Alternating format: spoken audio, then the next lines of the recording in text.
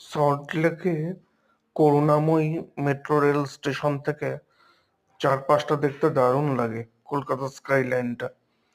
আর আমরা যখন গেছিলাম তার দুদিন পরেই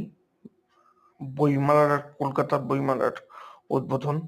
সেই প্রিপারেশনটা, সেই প্রস্তুতির ছবিটা আমার ক্যামেরা ধরা পড়েছে। এবং আশেপাশে আরো যা কিছু দেখা যায়, বাস স্ট্যান্ড এবং আম, অন্যান্য প্রাকৃতিক দৃশ্য, সেগুলো ধরা পড়েছে। আমার দেখতে বেশ লাগছিল চারপাশটা, এত উঁচু থেকে চারপাশটা দেখতে খুব সুন্দর লাগে।